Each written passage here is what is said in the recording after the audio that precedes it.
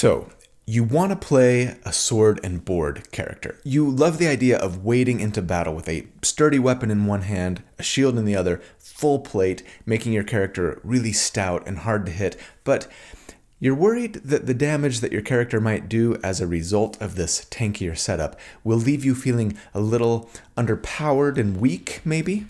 Well, what if I told you that we could build a weapon and shield character that did more damage than most of the builds that I've done under the 2024 D&D rules to date? Does that sound awesome? That sounds awesome, right? Welcome to D4.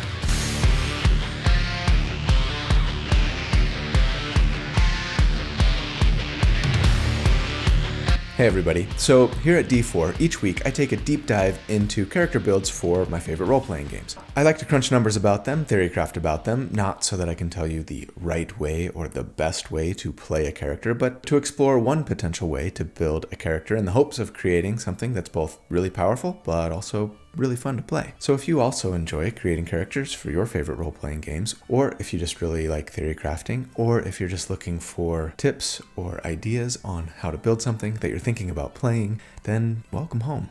This is where you belong, and I'm so glad you're here. So thanks for watching. My name's Colby. Right, so the sword and board, that quintessential I am a walking tank who will laugh as all attacks bounce off me while I beat you into submission archetype. It has a long and gloried history in role-playing games, but for the last several years, the weapon and shield setup has admittedly left a bit to be desired in D&D. I mean, using a shield is cool, but magic shields aside, really, shields just are going to give you a +2 to your armor class, which isn't nothing, but it's usually a fairly minor increase to survivability for most characters against most enemies, right? But the damage, on the other hand, that you often have to give up by not wielding like a two-handed heavy weapon or not dual wielding. Okay, fine. In 2014 rules, the trade-off for not being able to dual wield probably felt a little bit more on par, I think. You were generally taking a minor defensive increase for a minor damage increase, but heavy weapons? Yeah. Under the 2014 rules, it felt like getting, like a 10% increase to survivability for a shield to give up like 50% damage, right? And in 2024, heavy weapon users still hit really hard, and two-weapon fighting is even better. So does that just mean like the death knell for the shield builds of the world? I don't think so, because single weapon and shield users actually get some nice improvements too, especially in the realm of feats and weapon masteries, but I'm thinking about more than just those. In fact, if we get creative and we do our best to prioritize like single weapon use damage, we can make a shield and weapon user that can keep up with and even outpace other builds intended for strong sustained damage. And it's got me pretty excited. So, you want to dive in? Okay, me too. I proudly present D&D episode number 193, the sword, stick, and board. The catch 22.2, Tank Aaron, the tanky spell sword, the shield master, riot control. I love all of those. Thanks as always to the community Discord for the suggestions, but I think I'm going the boring route here, going with something that will probably get a few more clicks and just taking the 2024 Eldritch Knight. Huge thanks to my good friend Randall Hampton for the fantastic artwork that he put together for this character. I love it. He captures like the feel that I was going for here so perfectly. Look at that tanky beast. If you'd be interested in following Randall on social media to check out the other stuff that he's done and even maybe potentially try and commission him to create some art for your character or even your entire party, I'll put links in the video description as always on how to do so. And also, first, you guys, I am thrilled to tell you about the sponsor for the video this week, Tales of Fablecraft. Okay, listen up. Tales of Fablecraft is kind of both a VTT and a game system unto itself rolled into one. It's available to download on Steam for free, and it is a place where you invite friends to either adventures you create or pre-made adventures, decide who's going to GM the game, either create your custom characters or pick pre-made ones, and then run an adventure replete with beautiful visuals and fantastic audio, including voice-acted NPCs, audio effects and soundscapes, and even a custom soundtrack. I downloaded Tales of Fablecraft last night and ran through the tutorial that introduces me to the system. I created a custom character and I jumped into a short single-player campaign as well. I even browsed the store where I downloaded a free campaign and browsed some of the additional campaigns and cosmetic upgrades available for purchase. And I've got to admit, I was really impressed by it all. The game system here is not D&D or Pathfinder or, a pre-existing TTRPG. It's its own unique system, but it's one that you can customize and homebrew. As it stands, the rules are a little more simple and streamlined when compared to other TTRPGs that you might be familiar with. You're still rolling dice and leveling up and making choices about equipment and spells, but to me, this is the perfect place to either introduce friends of yours who are TTRPG curious but have never actually played one before, or to just kick back with friends when you want something that's a little more easy to jump into and role play and be immersed in without having to worry too much about game prep and looking up all the rules and manually tracking your hit points and your rations and how did the spell work again kind of stuff, right? One thing I really love, if you decide to purchase an adventure, they're only a few bucks and offer several hours of gameplay each, and the GM is the only one who needs to buy it. After that, they can invite other players to join for free. And every adventure comes with a comprehensive GM guide that makes it really easy to just jump right into the game. The one I'm most interested in checking out is about to be released. It's called Once Upon a Wildwood. It's like a fairy tale inspired adventure where you're trying to break a spell that's corrupting the forest, fighting unique monsters, kissing frogs, trying to resist the effects of the corruption yourself. Looks like a lot of fun. So, Tales of Fablecraft. It's easy, it's fun, it's gorgeous, and you really should go check it out and download it for free. To do so, please use the link that I'm putting in the video description and the pinned comment so that they know I sent you. Huge thanks to Tales of Fablecraft. I'm absolutely going to try this out with my wife and kids, or maybe fire it up the next time we're thinking about canceling regular D&D night because my DM didn't have enough time to prep for the session, right? It's going to be fun. Okay, let's jump into the build. At level 1, then, for our starting class, we are starting as a fighter. I know. Can you believe it? It's actually nice to be able to start fighter for no other reason than because I'm building a fighter. No other ulterior motives on this one. In fact, if you can believe it, I think I'm going to go just straight class fighter today. Crazy, right? No multiclassing. Though I think there is an argument for some multiclassing here. I'll talk about it later. As for our species, I think I'm going to take what is probably my favorite species in the 2024 Player's Handbook here, the Goliath, choosing Hill Giant for our ancestry option. Goliaths are awesome. 35 feet of speed, a large form to grow big, that's fun. Powerful build is occasionally useful, but yes, as a Hill Giant Goliath specifically, we can. Proficiency bonus times per day. Just automatically knock an enemy prone if we hit them with an attack and deal damage. No size restriction here, no saving throw, just automatically whoomp, on their back. And that's fantastic because, yes, as a 5-foot reach melee attacker that we will be, we'll have advantage on attacks against prone enemies.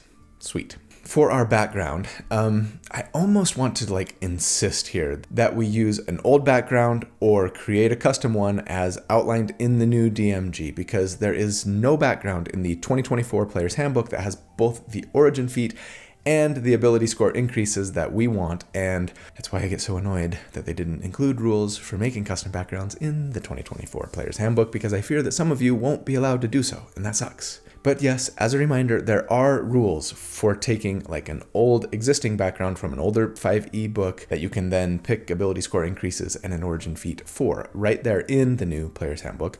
So long as you can play with older content at your table, you should be good either way. If you're stuck though, and you're forced to just pick a background from 2024 though, I'd probably take Guide, since it's the only one that gives us the Magic Initiate Druid feat, and we really want that feat on this build. You'd be stuck with worse ability scores in that case, and that's a bummer, but I really want this feat because it gives us 2 Druid cantrips of our choice and a first level Druid spell of our choice, lets us cast that spell once per day without spending a spell slot, and even lets us pick the ability score that we want to use for the castings of those spells. Doesn't have to be Wisdom anymore, and that's awesome. awesome because we would want it to be intelligence for sure. As for the spells we would take, I'd probably go guidance to give a D4 to ability checks, probably healing word for a bonus action heal from range. Nice to have in case like your better healer goes down or something, right? But the main reason I wanted this feat was so that we could get, yes, Shillelagh. This spell got so much love in 2024. Now, it still, unfortunately, I think, takes a bonus action to cast. Really wish they'd just let you activate that automatically with like an attack or maybe using your reaction or something.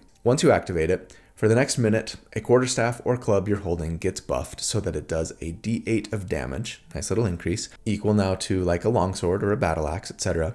And then lets us use our casting ability score if we want for the attack and damage rolls. Also, the damage can be force damage or bludgeoning damage, which is nice. The best part, though, is that now the damage from it scales, just like all other cantrips that deal damage. At level 5, it becomes a d10 of damage. At 11, it's a d12, and at 17, it's 2d6. That's right. Eventually, your quarterstaff that you're wielding with a single hand could do just as much damage as a greatsword, and that is freaking awesome. Wait a sec. You said this was going to be a sword and board build. Liar! Liar! Get away, witch! I'm not a witch, I'm your wife!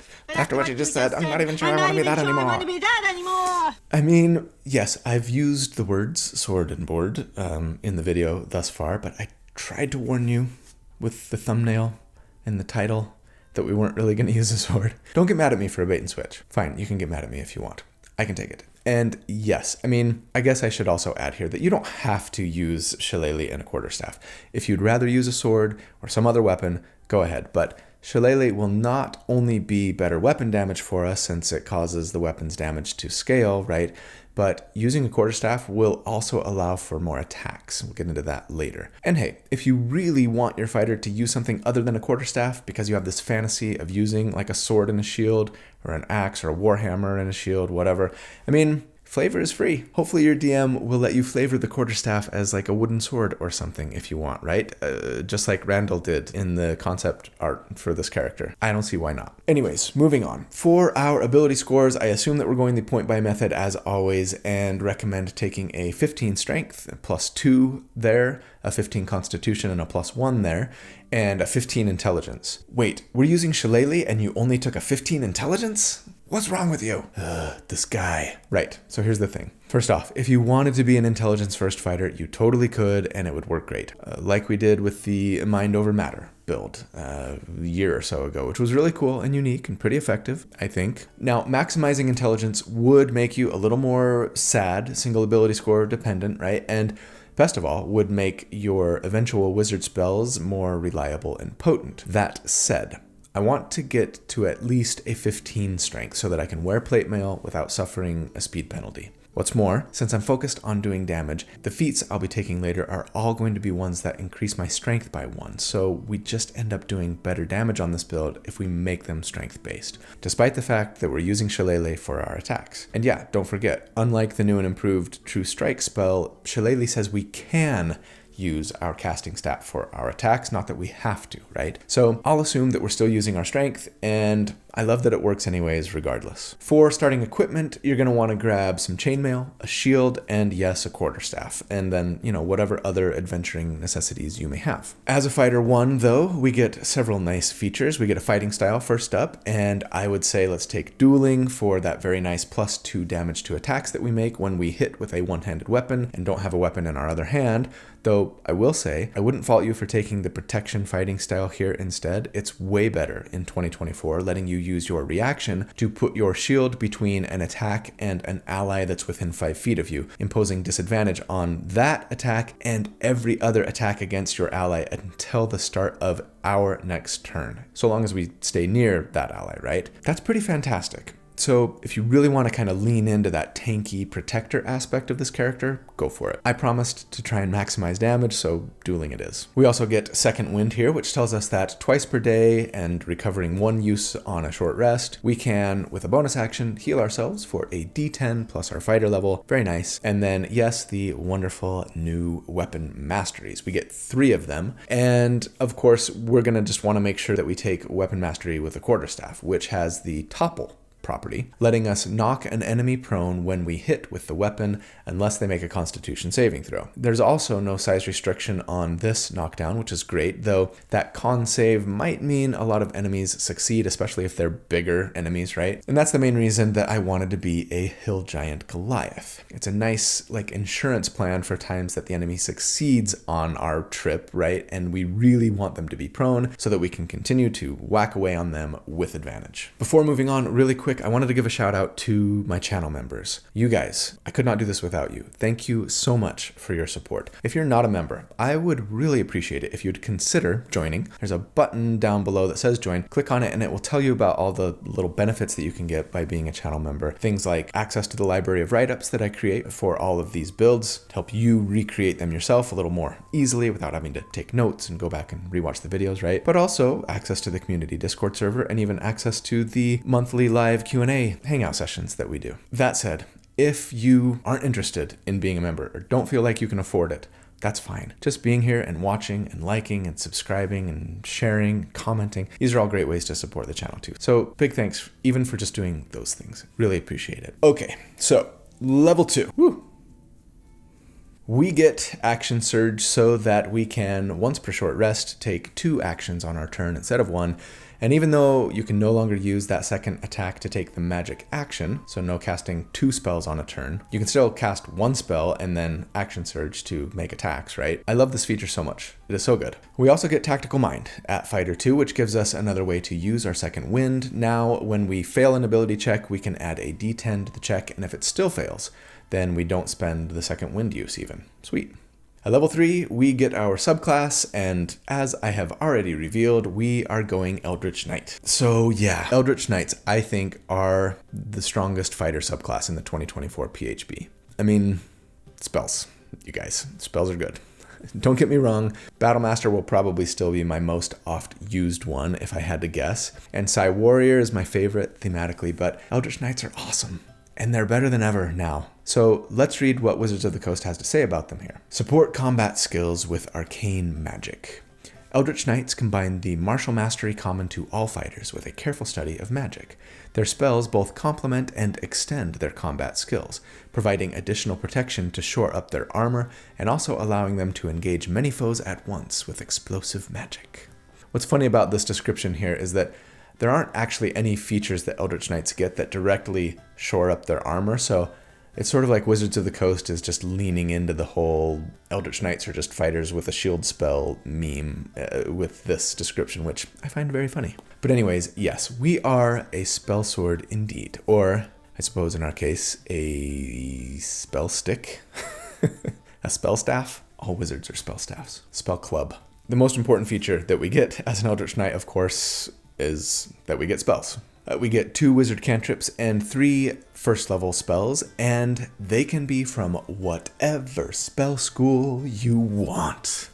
Oh, so nice. So much better than the way it used to be. So what should we take? I mean, yeah, shield, duh. But also, something for control might be nice. The much improved sleep, or maybe hideous laughter. But the 2 that I want most here are probably no surprise to longtime viewers of the channel. Find Familiar so that we can potentially get advantage on our first attack on our turn, having the Familiar take the help action, right? And that old favorite, Booming Blade. This is assuming, of course, that you're able to use material from older 5e books. And I mean, based on polls and internet forum scouring and conversation with lots of people that I've had, I think most of you can do this. Wizards of the Coast certainly intends for you to be able to do this. So yeah, I'm going to assume that you can. If you can't, it doesn't break the build or anything. You could take True Strike and still enjoy some similar functionality, but in that case, we would want to be intelligence first, I think. And yeah, you would miss out on some cool and fun interaction that we're going to get into with Booming Blade, because with Booming Blade, you make a weapon attack as part of the casting of the spell, and when you hit, you do a little extra damage, after level 5 anyways, and also encase the enemy in thunderous energy, so that if they move before your next turn, they're going to take even more damage. So good, so fun, and so perfect for what we want to do. We also get a nice little ribbon feature at this level too as an Eldritch Knight, War Bond. This lets us bond a weapon to ourselves, and thereafter we can't be disarmed of it unless we are incapacitated, and can magically summon it with a bonus action so long as it's on the same plane of existence as we are. Kind of cool for times that, like, we get stripped of our weapons when going before an evil political ruler, or we get thrown into jail or something, right? At level 4, we get our first general feat, and I think we've got to go Polearm Master here. It's another big reason for using a quarterstaff, because, as most of you know, not only does the feat now give us a +1 to strength, getting us to a lovely 18, and it lets us make a reaction attack against an enemy when they enter our reach, not just when they leave it, right? But the feat also says that if we make an attack with one end of the weapon, we can use a bonus action to make an attack with the other end.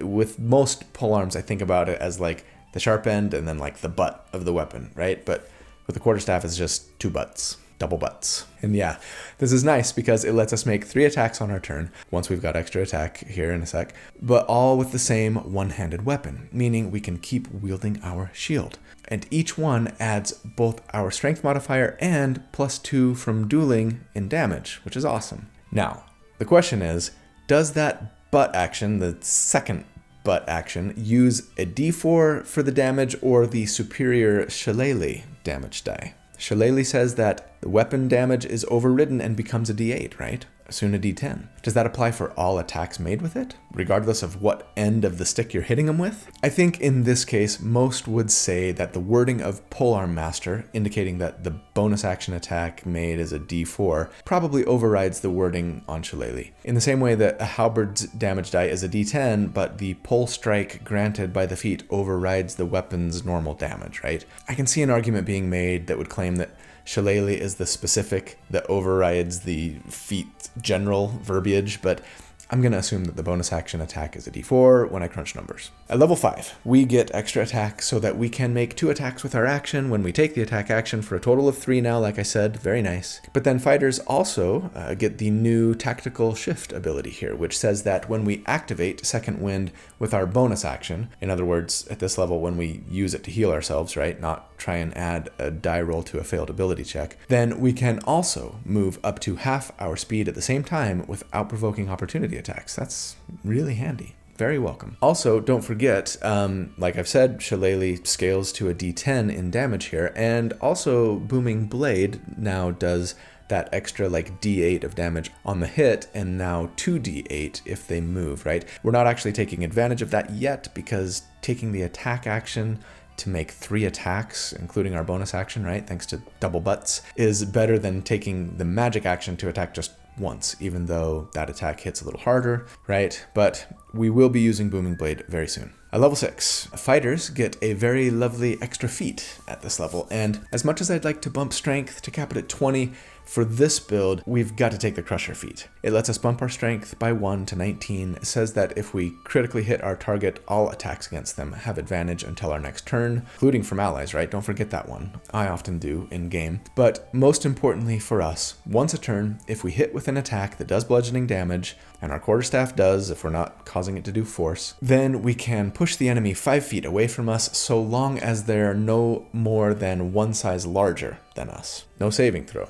It's just a size restriction. And that was another reason that I wanted to be a Goliath, actually, because don't forget, they can grow to large size as a bonus action starting at level 5, last level. So now we could even push huge creatures if we really needed to. We're not really going to take advantage of this until next level though, so hang tight. For now, at level 6, it's time for our first damage report. Tactics for us are pretty straightforward. On round 1, we cast Shillelagh with our bonus action, run up, and make a couple of whacks on our enemy. On subsequent rounds, we use our bonus action to make 3 attacks instead of 2. I'd love to assume that we have Shillelagh active when combat starts. I know some tables allow you to, like, if it's a cantrip, just tell your DM, I'm just constantly recasting Shillelagh every minute on the minute when we're not in combat. I'm just walking around casting Shillelagh. And then, like, when combat breaks out, you might roll a d10 and say, okay, that's how many rounds you have left on Shillelagh before it expires, since it lasts a minute and every round takes 6 seconds, right? I like that solution. I think if I were DMing and my player came to me like asking if they could do that, I'd probably just say,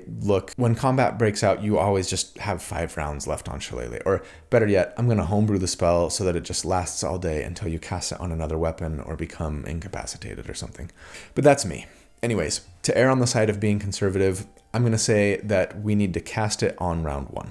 Losing out on that bonus action attack on the first of a 4-round average isn't going to affect the numbers that much. Okay, what about advantage? Are our enemies prone? So we've got a familiar, and I'll assume that you'll be able to use them to get yourself advantage on your first attack. After that, you can use the topple mastery to try and knock them prone if you hit, and if they make their save, you've got 3 uses per day of your Hill Giant's topple that doesn't allow for a save, right? So as a result, I'm just going to assume that you've got advantage on all of your attacks. I appreciate that sometimes they'll make their save, or you'll be fighting gargantuan enemies and will be out of uses of your Hill Giant topple, but it's just a lot easier for me to crunch numbers based on a 100% of the time advantage assumption than like a 90% of the time advantage assumption. So that's what I'm doing.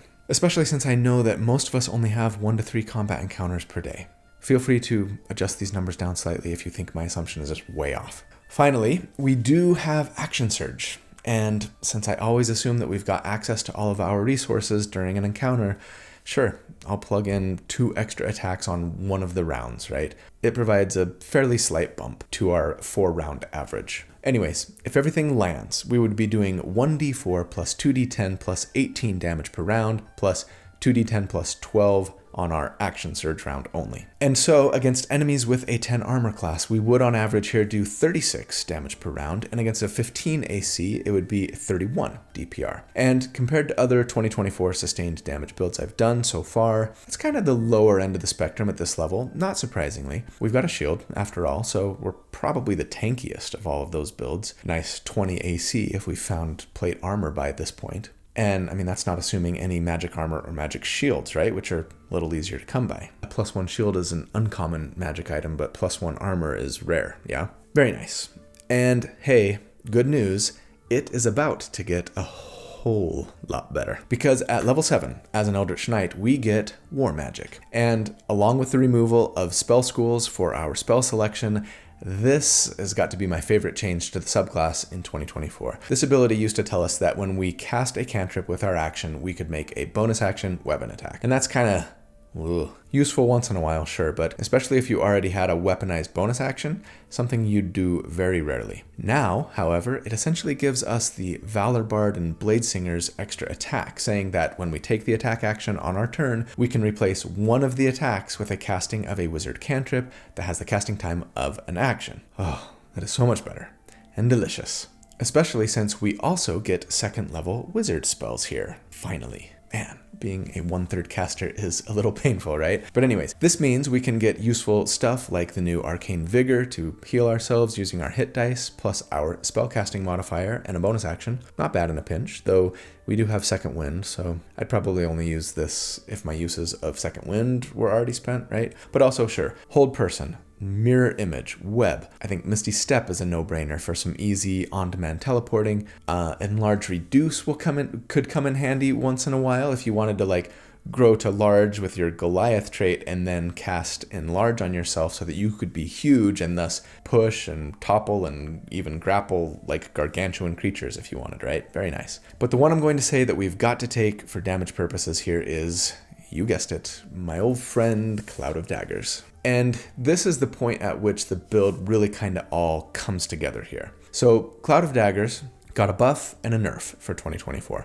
The damage duration and size are the same, 4d4 damage and a 5-foot cube that lasts for a minute with concentration. Still an action to cast, but now you can move that little cloud later with your action. That's nice if you really need to move it for some reason. Giving up your action to do so is painful, so make sure you really need to do this before that hefty sacrifice. But the nerf here is the same as we got with almost all area of effect damage over time spells in 2024 that I talked about in this short here. And it's that the spell now does damage when you first move the spell effect over a creature. Also, if they enter the area on a turn, or if they end their turn in the area. No more than once per turn. If you recall, spells like this used to say that they would take the damage both when they entered the area for the first time on a turn and when they started their turn in the area. And as a result, I built a lot of characters back in the day around pushing enemies into Cloud of Daggers and Moonbeam and pulling them into Spirit Guardian so that we could pretty reliably double up on the damage they would take every round, right? Once on your turn when you pushed them in and once on theirs at the beginning of their turn. For the record, I don't think that the change that they've made to these spells is bad. It's more intuitive, leads to less cheese, and I like it with maybe the exception of Spirit Guardian, since we can cast it on ourselves. It's a lot easier to abuse with our own movement every round, as I think we demonstrated with the Cleric of Chaos build a few weeks ago, right? But even if you can only reliably get the damage off on an enemy once per round, it can still be a potent spell if you've got a good build for it. And we have a very good build for it, I think. I'll get into the tactics, though, during the next damage report, so hang tight. At level 8, we get another feat, and I think I would take Shieldmaster here. Alternatively, you could go Charger, and you'd get a little more damage, probably, but Shieldmaster got a nice buff in 2024, and it just would feel like a complete shame to specifically build a character as a sword and board, stick and board character, and not try to make the most of that board, right? With Shieldmaster, we now get to bump our strength by 1 so that we can cap it at 20. That's awesome. Can still interpose our shield if we have to make a dexterity saving throw for half damage. It costs our reaction, but if we succeed, we take no damage, right? So sort of like 1/2 of evasion. Not bad. But then, best of all, if we now attack a creature within 5 feet as part of the attack action and hit them with a melee weapon, we can, once on our turn, immediately, no bonus action required any longer, bash them with our shield, either pushing them 5 feet or knocking them prone, so long as they fail their strength save. And this is fantastic, because we now have multiple ways to push the Crusher feat and Shieldmaster, and multiple ways to knock prone, our Hill Giant Goliath feature and Shieldmaster, right? So we should very reliably be able to both prone and push our enemies, and it just feels like a lot of fun to be knocking enemies down and shoving them around every turn, like the beefy, tanky bruiser that we are. At level 9, we get Indomitable, and this also got a wonderful improvement in 2024. Man, fighters got so much love in the new PHB. It says that once per day, we can re-roll a failed saving throw, but now adding our fighter level to the reroll. Man, that will be clutch sometimes. We get another use of it at fighter 13 and a third at fighter 17, but it's just per day, right? But the best part, I think, about fighter 9 now is the new and amazing Tactical Master, which says that when you attack with a weapon whose mastery property you can use, you can replace that property with push, sap, or slow. Let's just get into it with our level 9 damage report. Since last check, we have capped our strength score, but more than that, we've made a lot of changes to our tactics, and we're going to be making great use of spells and features now. Here's how I envision combat working for us, really from level 7 on.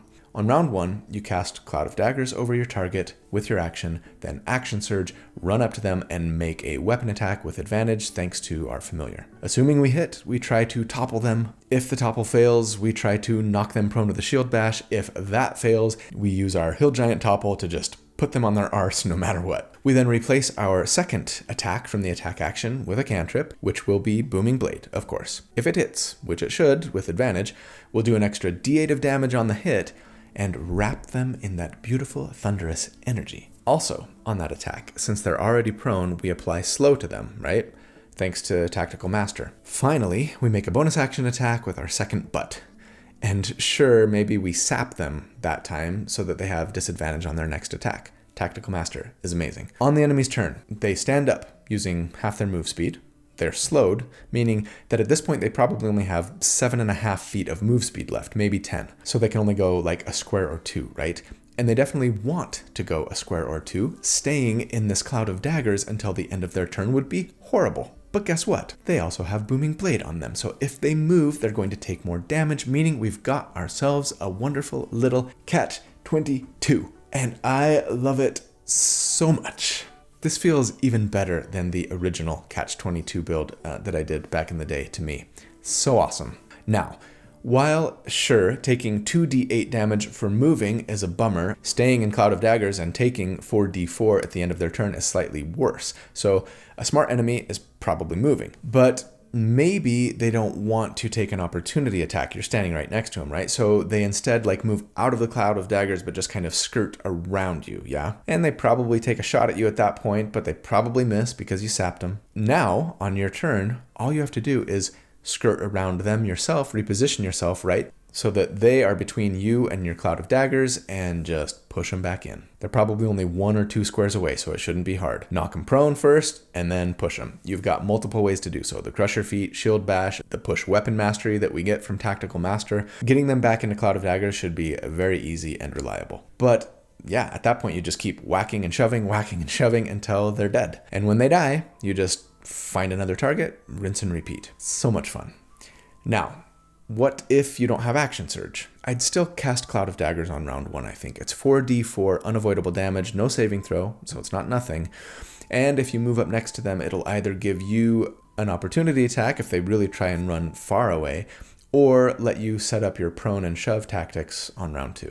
What if you kill your first enemy and your second one is kind of far away from your Cloud of Daggers? If they're close enough to shove, go for it. Remember, you have lots of ways to force movement. Otherwise, moving Cloud of Daggers with your action and then running up next to them isn't a bad option. I'm going to go ahead and assume that you'll be able to keep moving bad guys into the area of effect, though I appreciate this is a best case scenario assumption that won't always work in every fight. Anyways, if everything goes according to plan, on every round they'll be taking 2d10 plus 1d4 plus 21 from your weapon attacks, 3d8 total from Booming Blade, and 4d4 from Cloud of Daggers every single round. So many dice. And so against enemies with a 10 armor class, we would on average here do 58 DPR. And against a 16 AC, it would be 54 damage per round. And that is so much better. Right on. Compared to other sustained damage builds that I've done for 2024 so far, that's in the upper half now. And this is a weapon and shield build, people. But yeah, sure, with caveats, right? It assumes you've got a second level spell available and Action Surge. It assumes your enemy is large or smaller so that you can shove them around more easily, and that you're succeeding on knocking them prone and shoving them,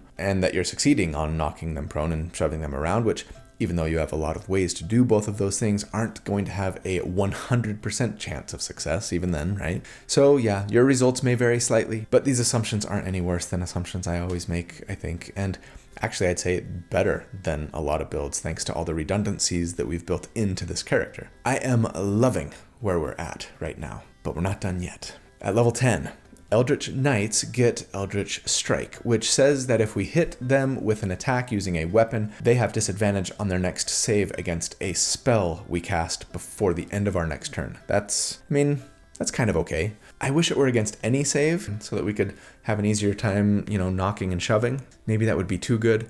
But Cloud of Daggers doesn't even allow for a saving throw. And with our 15 intelligence and limited number of spell slots, I'm skeptical that we'd be making use of this all that often. But sure, maybe. We might want to throw out a Hideous Laughter or Sleep or Web instead of Cloud of Daggers for some control. And guaranteeing advantage on the save makes our middling DC a lot more effective. So it's not nothing. And, if you did go for an intelligence first Shillelagh build here instead, you'll love this feature. But level 11 is our new favorite level because not only do we get the lovely extra attack that is totally unique to fighters. Back to the Blade Warlock says what? So now we can take 3 attacks with the attack action, but also because at this level 11, Booming Blade goes up to 2d8 on the hit and 3d8 when they move, and Shillelagh goes up to a d12 of damage. This is a veritable smorgasbord of damage bumps, level 11. So good. At level 12, we get another feat, and I think we've got to take Warcaster here. We probably should have taken it earlier. Originally, I was like, we don't need Warcaster, because thanks to the new rules about being able to draw and stow a weapon with every attack, we could, before our first attack, draw our weapon, and then, after our last attack, stow the weapon. So, between turns, we'd have a free hand to use a reaction and somatic components to cast shield or something if need be. But then I remembered, Shillelagh lasts for 1 minute, or until you cast it again, or you let go of the weapon.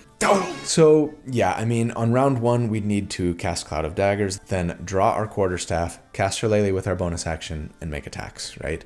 And then beyond that, I'm not really planning on casting anything that I would need a free hand for during combat with, somatic and or material components. But it does mean that casting shield is going to be a problem. So I guess it's a good thing that we've got a shield already to increase our defenses. But yeah, getting Warcaster to just really improve our quality of life here feels important. And again, maybe something we should have done back at level 6 or level 8. And of course, there are other great benefits to the feat. Advantage on our concentration checks, and coupled with our Constitution saving throw proficiency, we will almost never drop concentration now. But also, the way it lets us cast a spell instead of make a weapon attack when we get an opportunity attack, right? And that's just another chance to pile on a little more booming blade damage if the enemy decides to just take their lumps and run away from us, further discouraging their escape. So dirty. So yeah, go Warcaster, bump intelligence to 16. That feels better too. At level 13, we get a second use of Indomitable per day, as well as the new Studied Attacks feature, which is fun. It says that if we miss an attack roll, our next attack before the end of our next turn has advantage. Makes me wish we had a Vex weapon, actually, so we would just have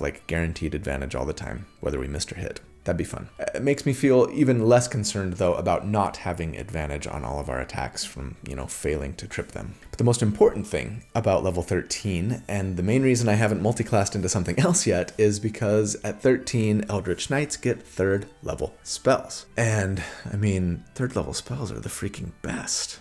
Fly, Fireball, Counterspell, Dispel Magic, Hypnotic Pattern, Fear, and Slow. The world is our oyster. But of course, me being me, I'm mostly concerned about Spirit Shroud. Because even though we could be upcasting Cloud of Daggers with a 3rd level spell slot to do 6d4 damage every time an enemy gets hurt by it, now that we've got that extra attack especially, we'd be adding an extra d8 of damage from Spirit Shroud, right? It adds a d8 of damage to every attack for 1 minute to 4 attacks on our turn. And 4d8 from Spirit Shroud is better than 6d4 from Cloud of Daggers, right? Plus, the fact that Spirit Shroud just buffs us, we don't have to worry anymore about whether or not we can push an enemy into it to get that damage, or if we're going to have to take an action to move it if, our next enemy is really far away, etc. Not to mention that it only takes a bonus action to cast Spirit Shroud instead of an action, making our action surge round hit a lot harder, though it does create a little bit of a pile up for bonus actions at the beginning of the round. We'll talk about that in a second. On top of that, Spirit Shroud says that any enemy within 10 feet of us has their speed reduced by 10 feet until the start of our next turn. All of these things together make me feel like, yeah, for most fights, Spirit Shroud is the better spell here, unless you've got an ally who's also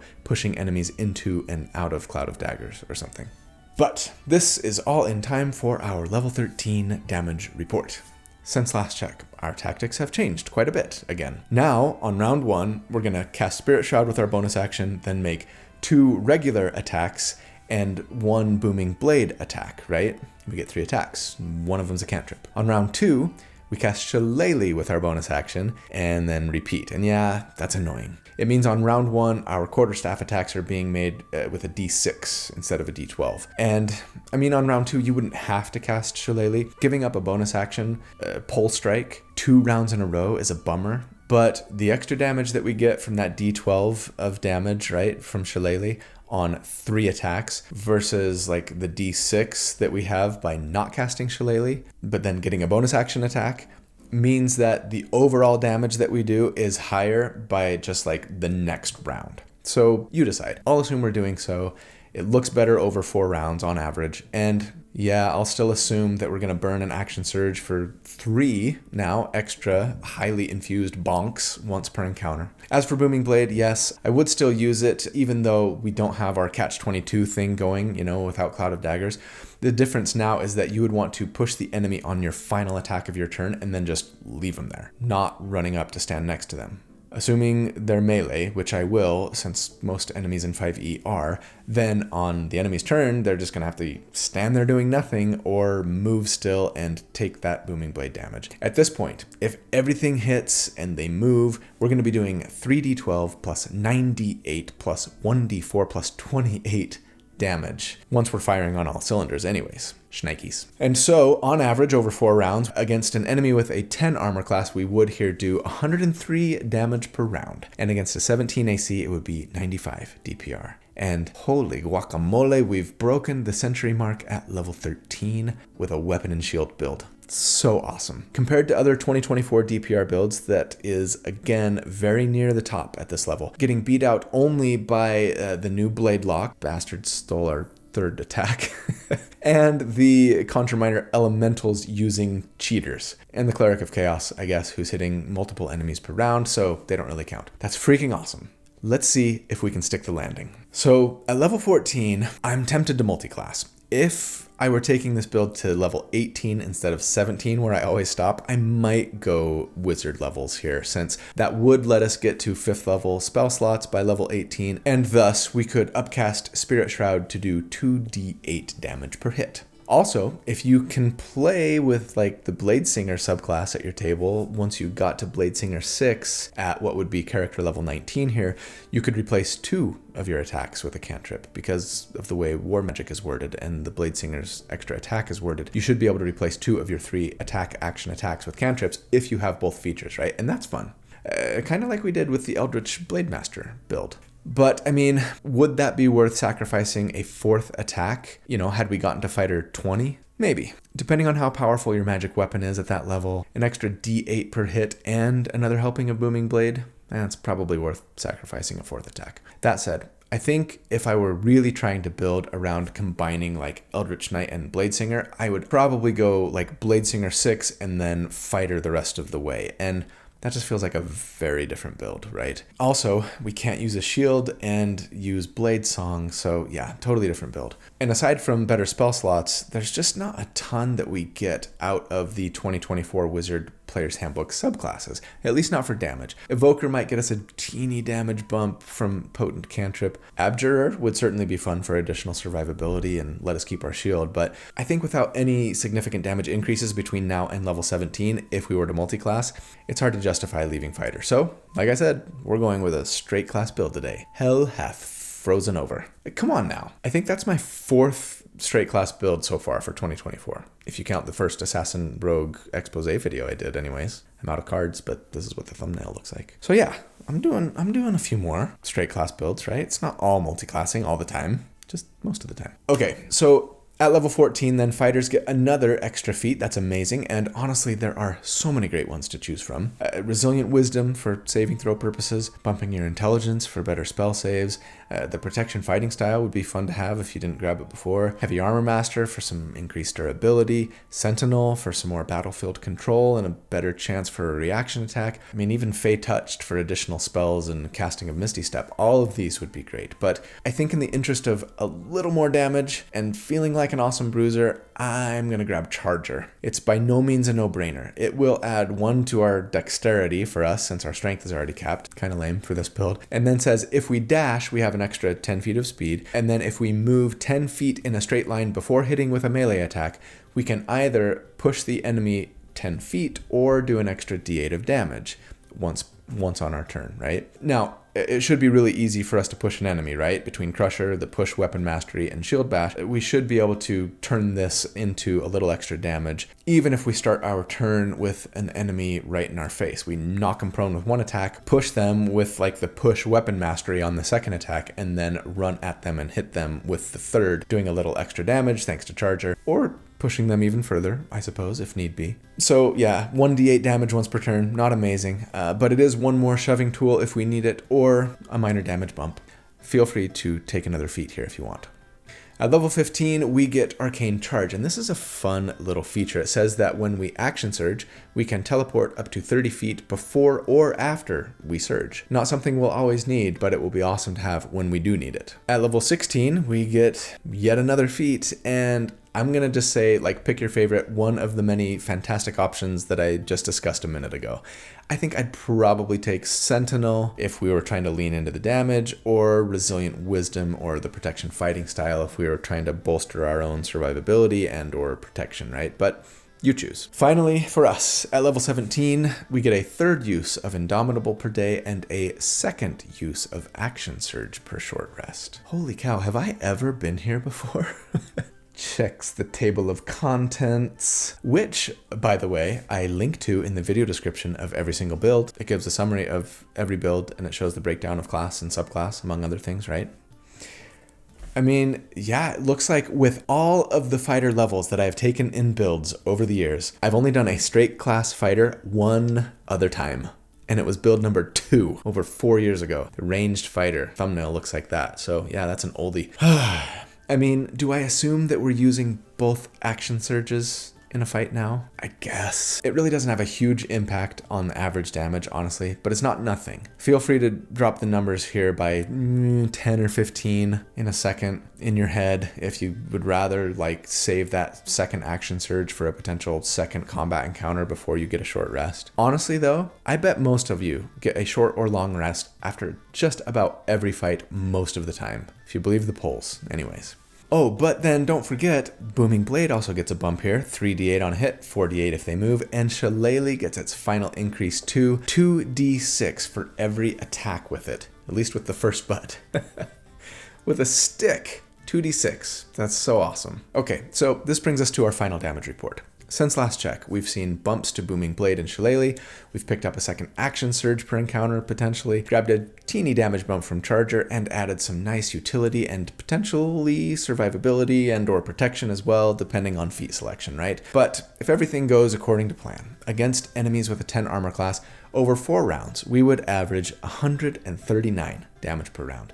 And against an 18, it's 128 DPR. And this lands us in the same place as last time, beating out everyone but the new Blade Lock, the CME users, and the Cleric of Chaos. And if you take away Contra Minor Elementals as it's written at your table, which you should, really, then you're almost on par with the 2024 Blade Singer and basically keeping pace with the Valor Bard. And you are a shield-toting, one-handed weapon-using level 17 fighter. I don't want death sticks. I want to go home and rethink my life. Yeah, so, okay. Let's get into some final thoughts here. The tier score for this build, if you take the damage that they do at each of the armor classes that we calculate for at each of the 4 damage reports, average all into one big number, we end up with a 72, putting them in like the upper end of all builds like they have been for the last few damage reports, beating out even the dual-wielding Vengeance Paladin. And I gotta tell you, I really did not expect this when I started building this character at all.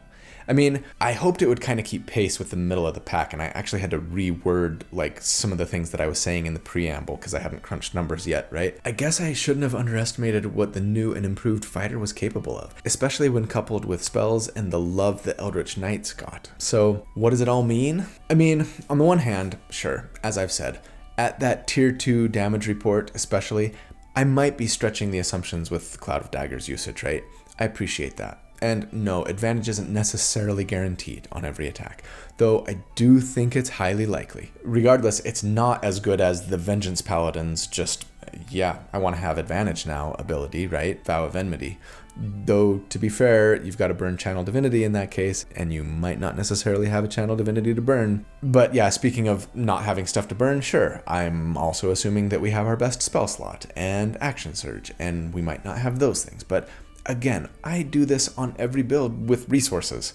So if I have to adjust expectations for this build, then I have to adjust expectations on most of my heaviest hitters as well, with exceptions being like the all-day build and the Soul Knife. Maybe that refined Berserker from a few weeks ago. Rage is pretty easy to come by these days. But you know what? I don't think I feel too bad about learning that maybe, just maybe, a straight fighter could outdamage a straight paladin. I mean, not that I've exhausted all fighter and paladin builds, right? But considering how much protection and support a paladin can bring with them to the fight, I'll be honest, it used to kind of always feel like in 2014, why would you ever go fighter outside of a dip maybe when you could go paladin? Aura of protection, healing, party buffs, great defense, and depending on the build, still really solid damage, especially with how Divine Smite used to work, with potentially lots of nice utility. When choosing a sword and board build especially, Pally always seemed to be the no-brainer choice in 2014, I think. Now?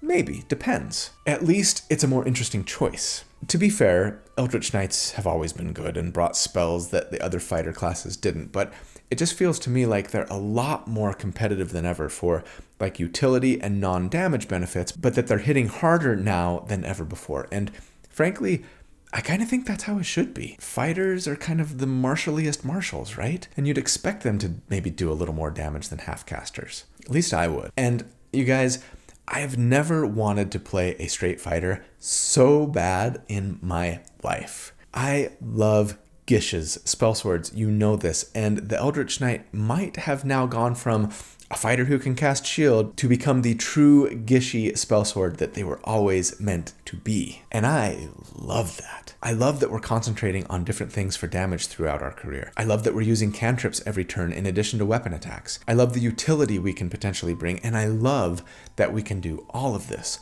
with a shield and a one-handed weapon. I'll be honest, I kind of wish it could be a sword or a warhammer, but yeah, hey, flavor is free, right? Hopefully you can dress it up differently if you want to, but in the end, man, do I love this build. And I had so much fun creating it and seeing what it could do. And I hope you enjoyed it too.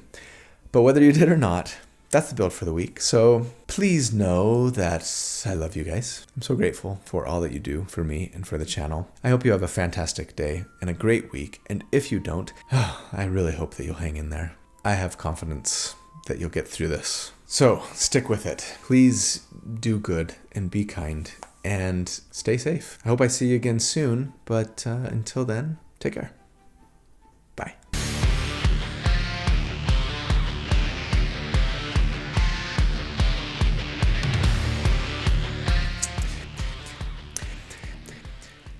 And when you laugh, be sure to laugh out loud, 'cause it will carry all your cares away.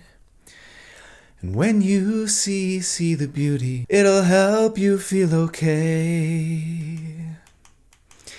And when you dream big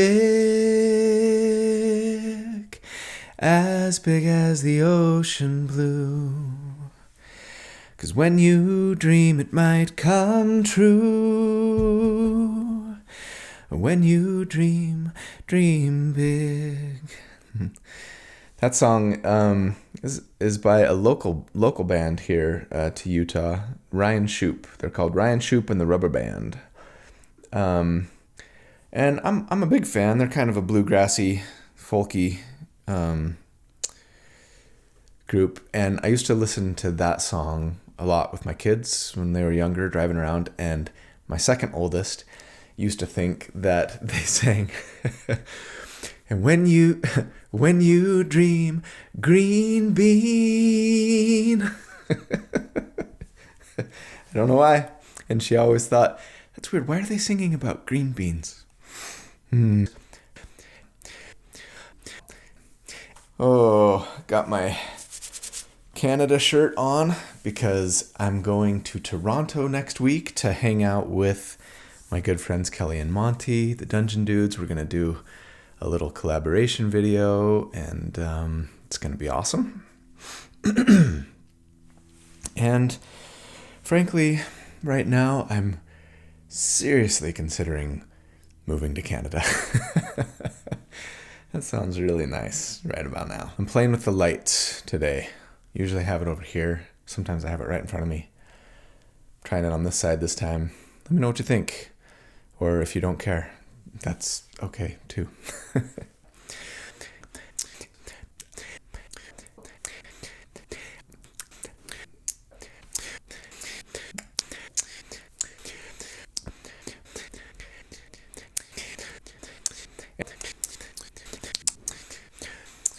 A wonderful little catch-20, right? So they try and just skirt. Okay, Knox, stop texting me. Because I didn't put my phone in airplane mode and it's buzzing every time you do. Did I say Spirit Guardians before? If I've been saying Spirit Guardians instead of Spirit Shroud, I think I've just been saying Spirit Shroud. I hope so. I've made that mistake before.